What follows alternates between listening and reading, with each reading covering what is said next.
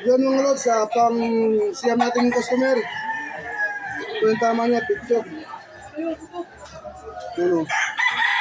Bali yung buto niya sa picture, tapos tinamaan yung kanyang second layer ng picture, yung pinaka-tapos na, ang pinaka-dodot. Kaya nadismayo siya. Kami, exam, hindi kami gamit ko. Direkta na kami tayo sa Bikuka. Yung discard ko nga pala mga lods sa ganito, tinatay ko muna yung pinakailalim na laman.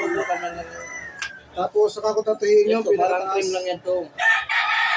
May cream siya sa pagtahi. Tingnan natin yung first layer, tapos ito nga itong second layer. Ayan. Hindi natin pwedeng i-zoom kasi bawal.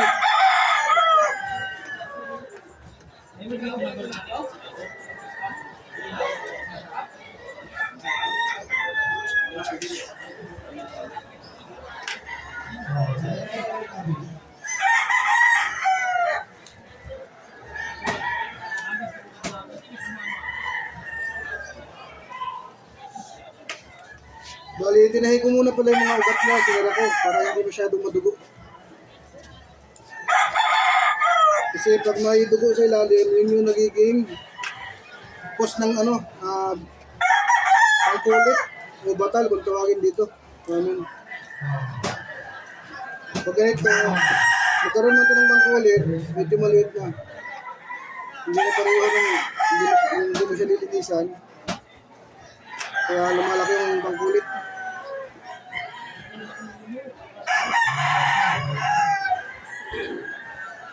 Dapat tinatahi yung pinakailalim. Yung iba kasi tinatahi lang yung ibabaw. Pinagdidikit lang na ganyan. Okay na. Yung ito po na sa ilalim, naiipon. Mabaho na sa ilalim, pero hindi mo naaamoy na sa labas. Kasi hindi nakakalabas yung kanyang batal. Yung bangkulit. So dapat, tahiin mo muna yung ugat bago mo tahiin yung laman.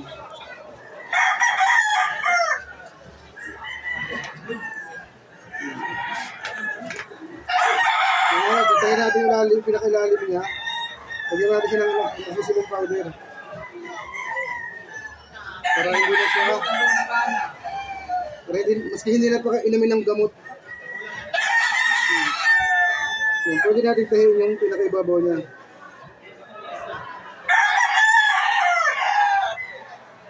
Yan o. Diba?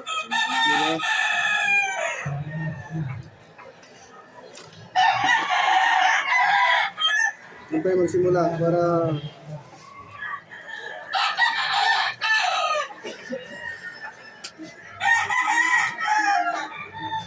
ganda yung pagkakatahi.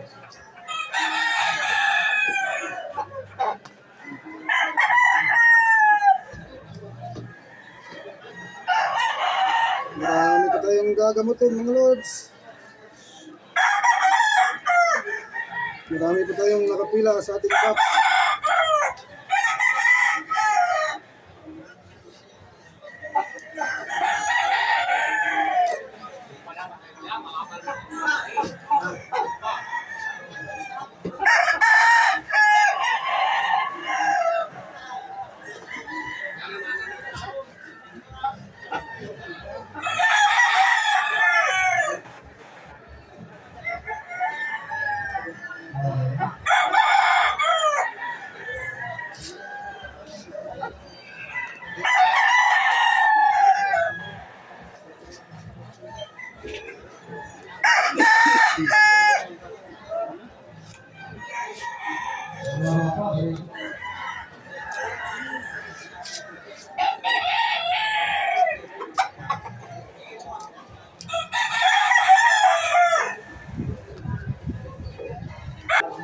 So yun guys, tapos natin tahiin yung laman niya. Hindi naman siya ng amoxicillin powder.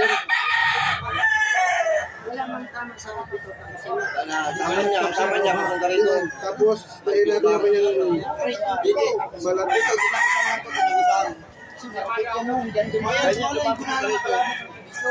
natin yung kanyang balat. Yung mga banga-bang tahiyan to. Pang sinakalaban na, waya. Ngayon, Puti sinakalaban na. marin mga da. Bangka sa kalaban. Oo, mahal lang yung brano na bangka sa bangka. Ito na. Bangkas ni Moros. Tulo na sunod-sunod. Ay, mahalaman po naman yung bangkas ng Moros.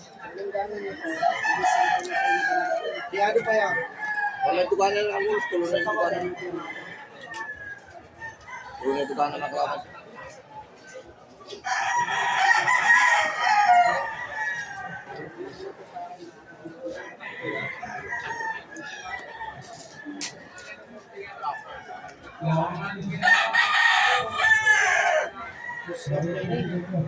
Oh, electoral naman lang yun. Ngayon mo guys, bali isang tahi na lang. Tapos natin tahiin yung ating customer.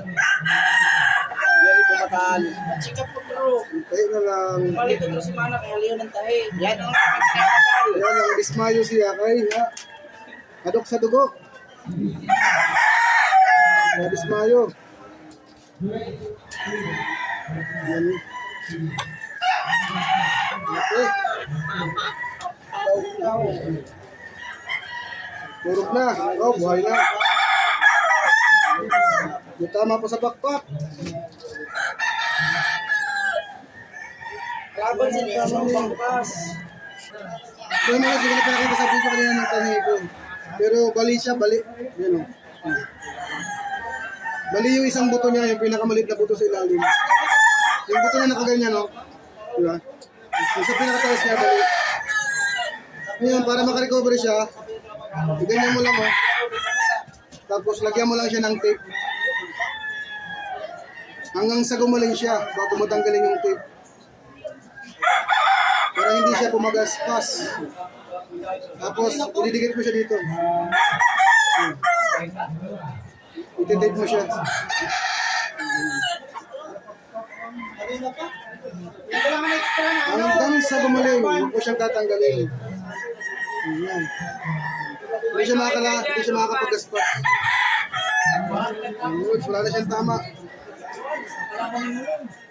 Okay. Ayun, meron pa. Kunti.